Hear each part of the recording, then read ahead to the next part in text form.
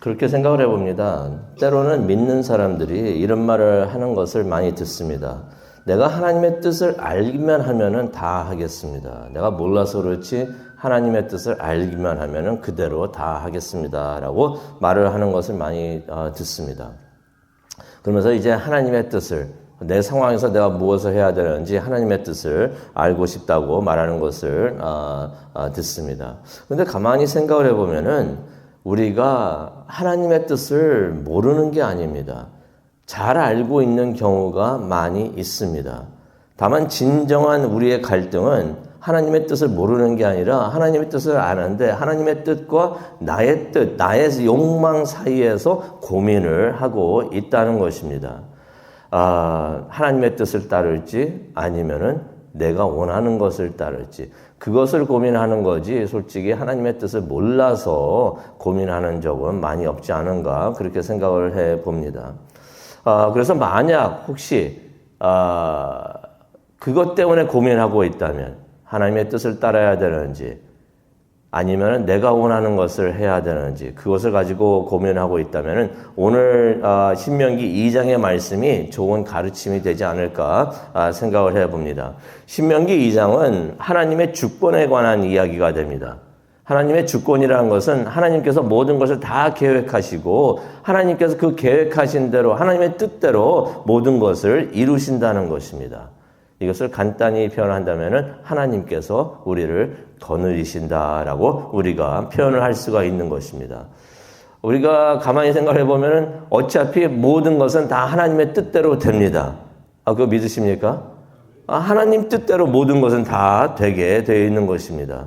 그렇기 때문에 고민하지 말고 하나님 뜻대로 하는 것이 하나님이 원하시는 대로 그대로 하는 것이 그것이 지혜로운 것이 아닌가 생각을 해봅니다. 오늘 신명기 2장에 있는 내용들은요.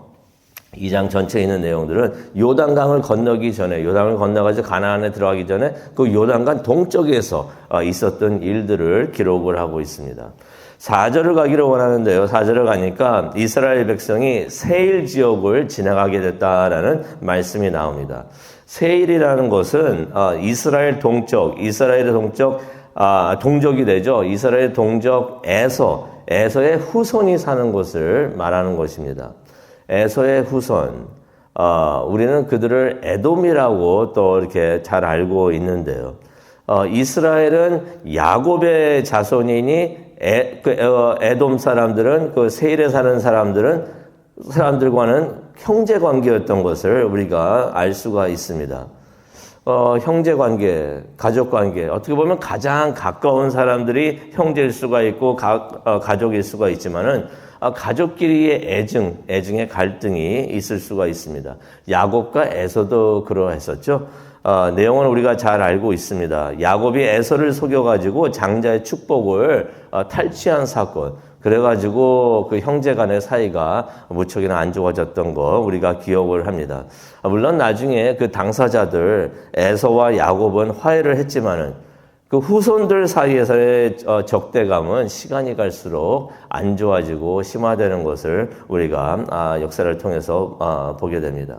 이제 이스라엘 사람들이 야곱의 후손이 되죠. 이스라엘 사람들이 에서의 후손들, 그들이 살고 있는 그 지역을 지나가게 되었다는 것입니다. 그런데 그때 하나님께서 5절입니다. 이런 말씀을 하십니다. 그 사람들과 다투지 말라. 라는 말을 합니다. 전쟁을 하지 말라는 것입니다. 그러면서 하나님께서 이런 말씀하십니다. 내가 그들의 땅은 한 발자국도 너희들에게, 이스라엘에게 주지 않는다라는 말씀을 하시는 것입니다. 하나님께서 주지 않으시면 받을 수 있는 것이 하나도 없는 줄로 압니다. 하나님이 주셔야지 우리가 받을 수가 있는데 하나님께서 한 발자국도 그들의 땅을 너희에게 주지 않겠다라고 말씀을 해 주십니다. 그러면서 이제 그 이유를 설명을 해 주시죠. 5절에 나와 있습니다. 내가 세일 산지를 에서에게 주었다라는 말씀을 하십니다.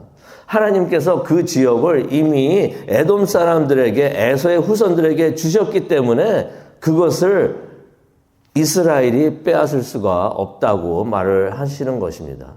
하나님께서 그들에게 이미 주었는데 그것을 빼앗아 가지고 아무리 이스라엘이라고 하더라도 이스라엘에게 주지 않으신다는 것이에요. 이 말은 어떤 의미가 있겠습니까? 하나님께서 에돔 사람들에게 하신 약속을 하나님께서 지켜주신다는 것입니다.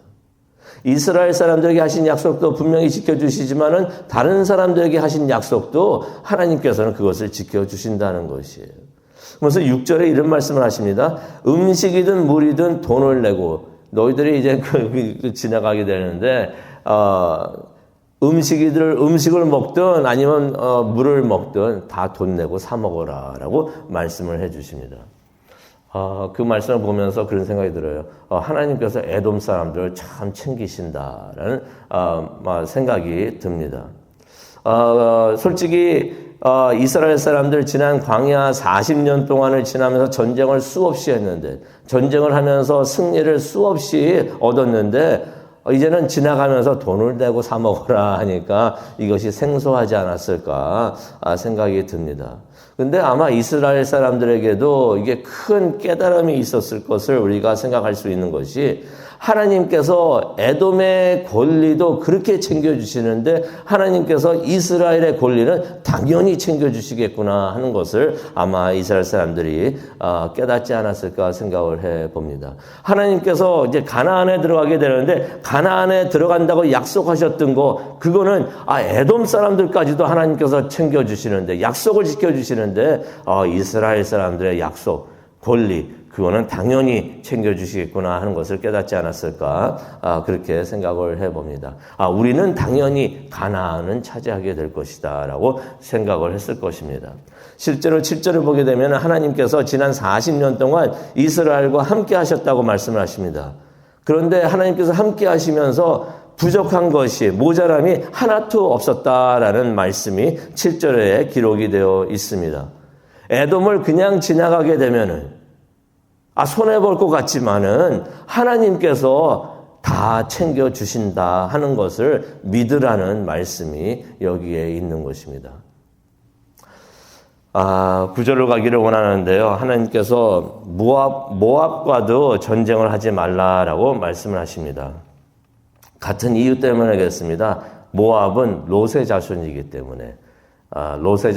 때문에 싸우지 말라라고 말씀하십니다. 아브라함과 롯은 삼촌과 조카 사이였습니다. 그래서 하나님께서 롯의 후손에게 그 지역을 주어서 이제 갖게 하셨는데 하나님께서 그들에게 하신 그 약속도 하나님께서 지켜주신다는 것이에요. 그래서 이스라엘 백성들에게 말을 하죠. 그들도 침략하지 말라. 그들과 전쟁을 하지 말라. 또 19절을 보게 되면 암몬 사람들이 나옵니다. 가다 보니까 암몬 사람들이 또 있어요. 근데 암몬 사람들도 건드리지 말고 싸우지 말라라는 말씀을 하십니다. 모압과 같이 그들도 롯의 후손이기 때문에 그렇게 말씀하시는 것을 우리가 보게 됩니다. 그래서 우리가 여기서 보게 되는 것이 무엇이 있습니까? 이스라엘이 가나안에 가는 도중에 모든 민족들과 다 싸우고 전쟁을 했던 것이 아니라는 것이에요. 하나님께서 누구와가는 전쟁을 해야 되는지 이미 정해 주셨고 또 하나님께서 누구와가는 전쟁을 하지 말고 싸우지 말라고 하나님께서 이미 정해 주셨다는 것입니다. 그렇다면은 피하라고 하신 것은 피하는 것이 이것이 지혜가 아닌가 생각을 해 봅니다. 우리 삶에서 살다 보면은 많은 악이 우리 앞에도 있고 우리 주변에도 있지만은 항상 모든 악과 항상 싸워야 되는 것은 아니구나 하는 것을 우리가 깨닫게 됩니다. 하나님께서 그때마다 그냥 지나가라고 하시면은 그냥 지나갈 줄도 알고 순종하는 그것도 순종해야 하는 것이 우리의 이것이 지혜로운 것이 아닌가. 악이라고 해서 무조건 싸우려고 하지 말고 하나님께서 싸우라고 하시면 싸우고 악과 싸우라면 싸우고 하나님께서 그냥 지나가라 하면은 지나가는 것이 그것이 믿음을 가진 사람들의 지혜가 아닌가 생각을 해봅니다. 이유는 간단합니다. 승리는 모든 일에서 승리는 우리 때문에 우리가 얻는 것이 아니라 하나님께서 주시는 것이기 때문에 하나님께서 하라는 대로 하는 것이 지혜로운 것이구나 하는 것을 깨닫게 됩니다. 24절을 가게 되니까 하나님께서 아모리 사람들과는 싸우라고 말씀하십니다. 아모리 사람의 왕 시온이 나오는데 시온과는 싸우라 하고 이전까지는 싸우지 말라고 하시더니 아모리 사람들과는 싸우라고 하십니다. 그러면서 24절에 그런 말씀하십니다. 내가 그의 땅을 너희에게 주었다. 우리는 하나님께서 주시는 것만 받을 수 있는 줄로 믿습니다. 그래서 주실 때 감사하고 하나님의 뜻이 있는 것이고 주지 않으실 때는 그것도 하나님의 뜻이 있고 계획이 있어서 그러시는구나.